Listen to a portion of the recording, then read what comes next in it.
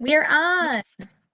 Hello and welcome. This is the second in four Build a Dream short course series that DSLBD is doing in May 2021. We're going to dive right through in a 30-minute sort of overview of customer discovery, and let's get started. So Build a Dream is all about entrepreneurship. It's all about how people can start their businesses, recognizing that being an entrepreneur can be hard, but it is about a mindset. It's about an idea. It really is about teams and networks, and it's about knowing where to find resources. And so DSLBD is here to help. And one of the key principles of all of the work that we do, as well as this series, is that entrepreneurship is for everyone, whether you're planning to make that your full-time job or if that is a side hustle. Everyone can participate if they want to work on building their dream one step at a time. Within that, today, we are in the second series. Last week, we did the Lean Canvas, which is a very common way that people start to build out their business model. Today, we're going to build on that. Customer discovery is an important part of the Lean Canvas process, and it's all about finding out who your customers are and connecting with them.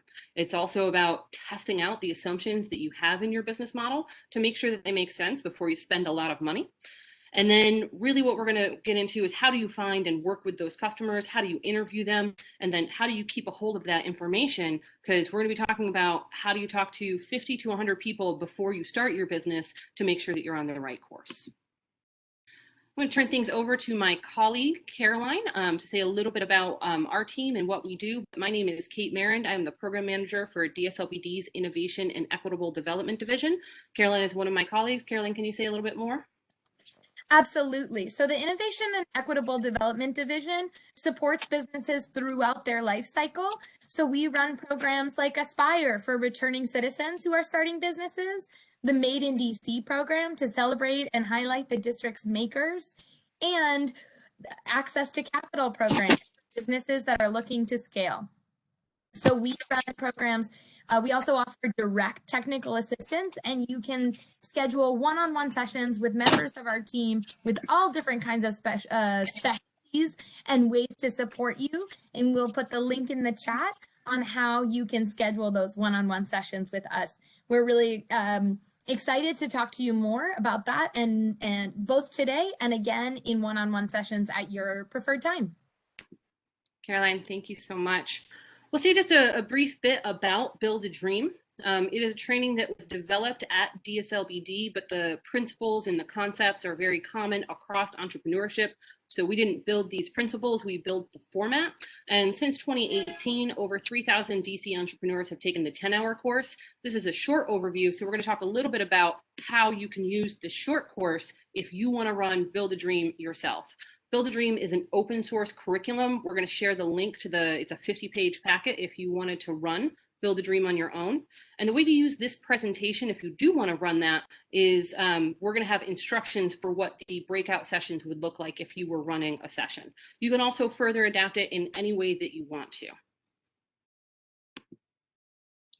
So as we start getting into customer discovery, and it's called discovery because a lot of times people think they knew who their customers are or who their target market would be based on their product or their service. But a lot of times when people start getting into business and start selling something, they realize that their target market might be a little different. It might be more refined. It might be adjacent, a little, you thought it was going to be one group and it's another group that's associated with them. So don't necessarily just assume or guess who your customer base is before you start spending money and building the business. You want to ask potential customers. You want to verify with them before you buy all of your supplies. Are they actually going to buy your product or your service? And so that all builds into something called the minimal viable product, or MVP. And you'll hear this a lot in tech startups circles, but you'll also hear this in other startup circles. The minimal viable product is the fastest, cheapest, lowest risk thing that you can produce so that you can start selling that and get feedback. Most businesses are always craving customer feedback. And so being able to get to that feedback so that you can continually refine and meet people where they are is going to help you build a stronger business. And one of the things that you're really thinking about and setting into place as you go into customer discovery You'll never really be done with customer discovery, but there'll be different phases of it. But what you really want to design is a consistent feedback loop that throughout the life cycle of your business, you are always finding ways to get feedback and finding ways to attune your product or your service so that you have more customers and that your customers are happier. So what we would do here, if this was the interactive session, if it's a full 2 hours, you would take about 5 to 10 minutes as a full group for how many people. It can be anywhere from 5 to 40 people might be in your training. And you think about what product or service is minimally viable for example businesses or for businesses that are in the room. So what is something that someone knows they can make and sell to make money, and how would they understand when they were ready to go to market for the first time? After that discussion, there would be an introduction of hypothesis testing. Many people may recall from school, or if you are in science-based work, sort of the hypothesis process. A hypothesis is an educated guess. And so when you are building a business, you're going to be testing out your business model, and you're making educated guesses about whether or not your business model is going to work. Building on the Lean Canvas, there are a number of different pieces that people are looking at.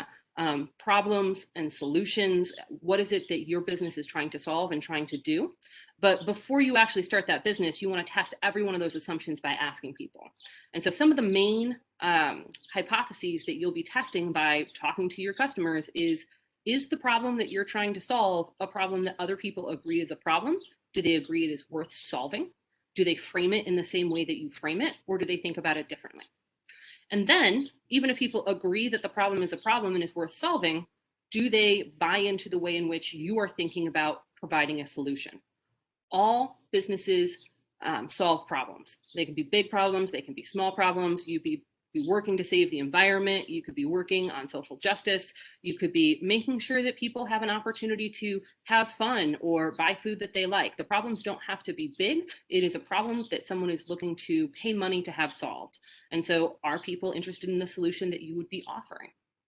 One piece that we didn't talk about as much in the Lean Canvas, but becomes really important when you're doing customer discovery, is to try to make sure that the pricing that you're thinking about is going to work. One of the things that we see from a lot of businesses when they're getting started is they might set price emotionally. They think about what the price should be, what they feel is right, and that may or may not make sense either for your market or for your costs. And so price is one of the hardest things for businesses to figure out how to set. And once you've entered the market with a certain price, it is a lot harder to change after you started offering a product or a service at that price. And so you want to ask as many questions about price as you can before you introduce it. It is always easier to cut your prices once it's out than it is to raise your prices. Businesses sometimes have to raise prices, but it's very difficult. You can lose customers and you can lose brand reputation. And so there are a number of different ways to think about that to make sure that you are getting into the market the right way and with the right price.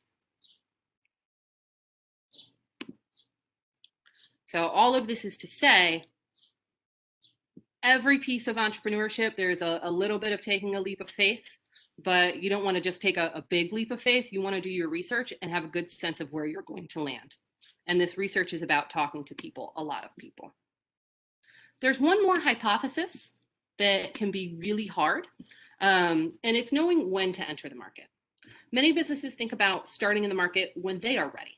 And that you definitely want to be ready to start when you jump in, but you also want to make sure that the market is ready. So timing can matter. One of the classic examples that we use here, and it's just sort of a question idea, would you start an ice cream business in January?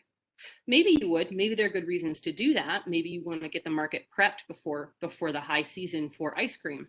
But it's an example of thinking about when you're starting. Does that make sense? And is it the right time for you to start? That's something else you can also be asking your customers about.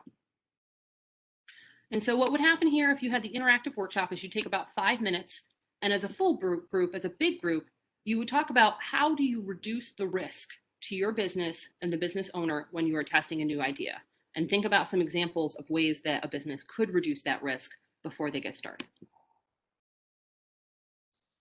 And now we're going to talk about how do you talk to 50 to 100 people before starting your business. Sometimes that's daunting, thinking about how am I going to find all those people and what am I going to talk to them about. And within that, we're gonna break it out a little bit as you start to think about who these customers are. I think it's pretty obvious for a lot of people that thinking about like a customer of someone in the market who might buy your product. But one of the biggest principles of this is making sure that you move beyond friends and family. And sometimes that's pretty obvious for folks, but sometimes, you know, friends and family can be a comfortable space. And so they get a lot of very warm reception there.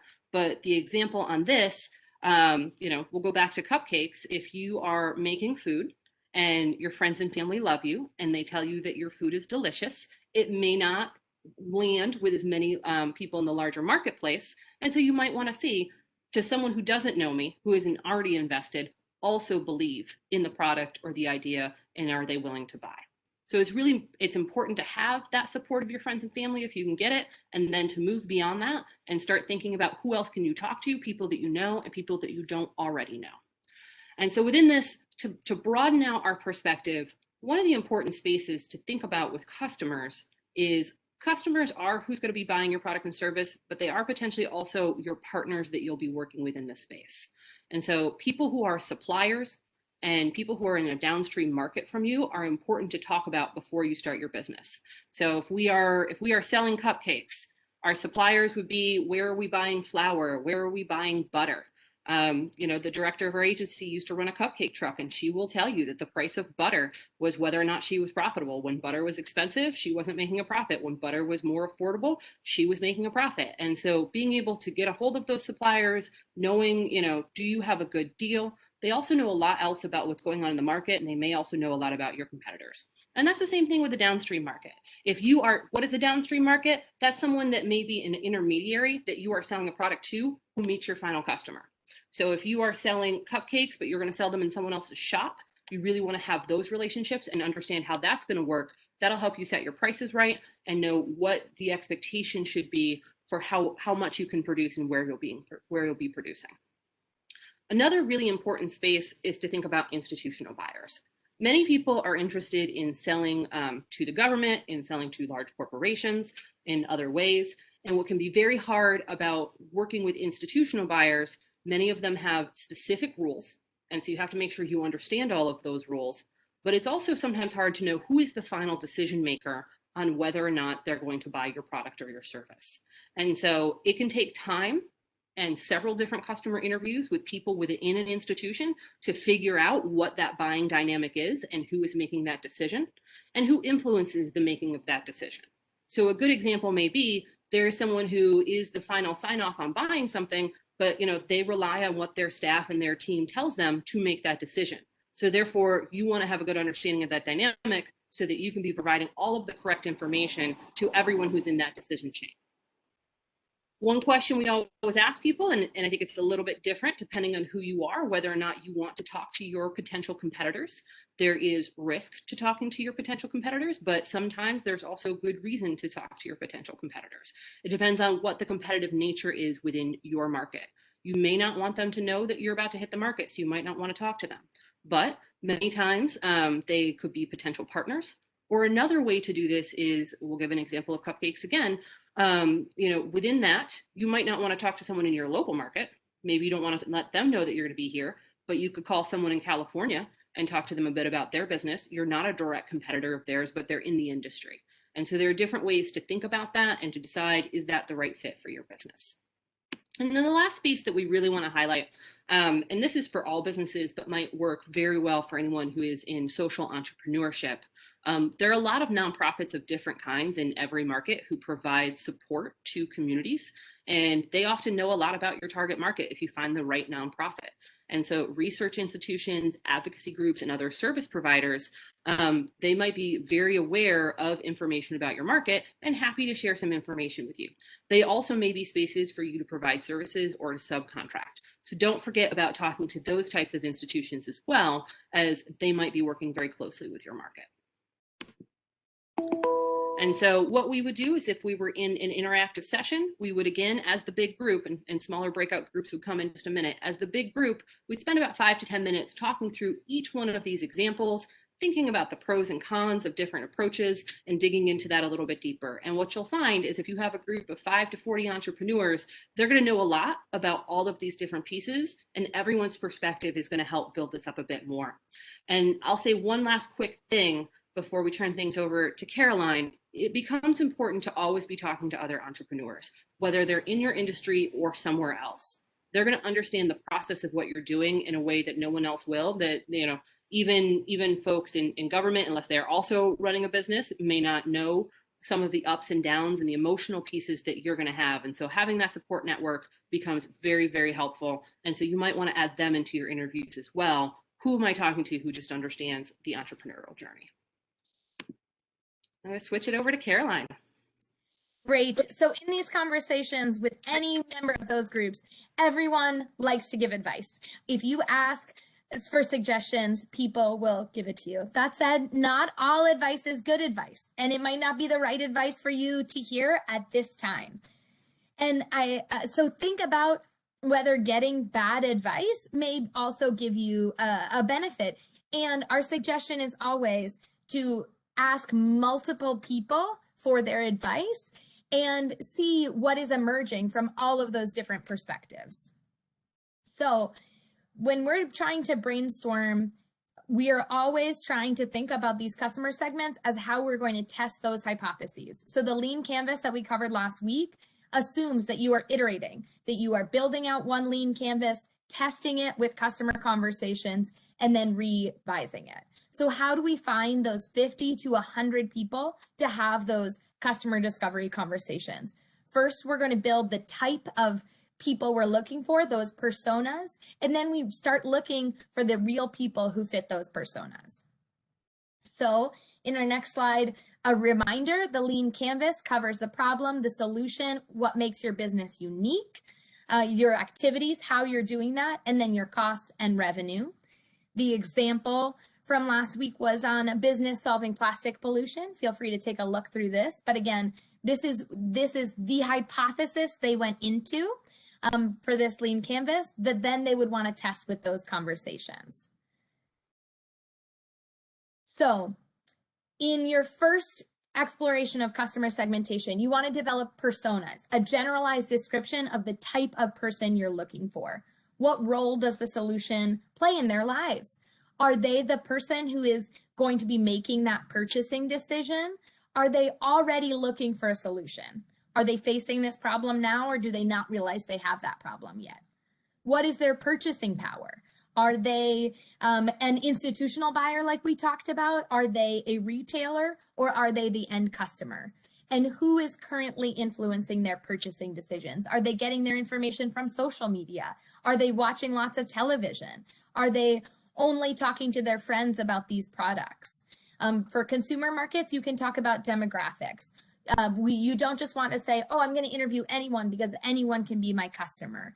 I'm developing a product that is particularly for women 30 to 35 who are living on their own. I'm developing a product for teenage boys. And so dialing into those demographics will help you then find those 50 to 100 people who 5 of whom might fit into that persona. If you're a business to business market, really look at the purchasing process for that type of business. If you're trying to provide a service to a large retail firm, or if you want to really think about how they're buying and what time of year, what seasonality they might be purchasing in. So I encourage you on your own to create at least 5 personas. And you can do that right now in your notes. Circle back. Examples might be someone who has the problem, right now the problem you're solving. Someone who sees similar problems and is maybe trying to adjust them that your solution can address. Someone who's currently using a different solution to that problem. Someone who currently has their own favorite cupcake company. How are you going to, what persona does that person look like? Someone who's already in the market, and then someone who uses those same suppliers. These personas that you might build out. Think through those. Once you have those personas, if in an interactive workshop, we would take some individual time to take 5 to 10 minutes, developing those personas. Encourage you to do that after our session today. So then we want to create that list of 50 individuals who match the personas. And if you can't identify, then you've got to go back to those personas and see which personas am I missing? Which customer segment am I missing so that I can find those people to talk to? Because perhaps that persona doesn't exist and you need to come back and figure out, oh, actually, I made an unrealistic persona. I need to rework that. So again, this process of iteration in your feedback loop. Creating that list of 50 people, some you are going to have phone numbers and emails for, or you'll be able to find those online. Some people you're going to need to search for a warm introduction, talk to everyone you know about who can connect me to this person I'm trying to reach. Some people you may be able to reach just with a cold contact from their contact information on their website. And some people you don't know exactly who they are, but you know the general idea. Again, I'm looking for a parent, a single mom. And so I may not actually know any, but I know people who are at daycare. So I might say, hey, do you know any of the other moms in your daycare that would be willing to talk to me about my business idea? So those first interviews can help you snowball, have a first interview and ask, do you know anybody else who's in this situation, so that you can fill out that list of 50 people. So encourage you to write down 10 people right now who fit that list. And the sooner you do this, the sooner you write this down, the better you're then going to be able to get to that list of 50. And 10 people may look like a lot, and we really encourage you to do this again as soon as possible. In an interactive workshop, if you're leading one, have each participant take 10 minutes to write down that list of 10 people. Ask if it's hard, ask if you can provide those referrals, and have your group actually offer referrals to the folks who are struggling to come up with that list of 10. Now, this is what the list of 50 looks like. This is manageable. You can come up with 50 names. And this is what 100 looks like, which is the goal for you to be able to talk to 100 potential customers or those customer segments for you to be able to really test those hypotheses you came up with in your first Lean Canvas. So yes, customer interviews are a form of pitching your business. You want to quickly describe your efforts, but the majority of your time should be listening. So you want to come up with great questions and a really quick pitch of your business. So you want to be testing, again, your hypotheses. What is the problem, and is it a real problem for them? Maybe your questions are going to drill down into what is the detail of the problem that they're facing. You want to ask questions to say, is my solution the right solution? Would it solve your problem?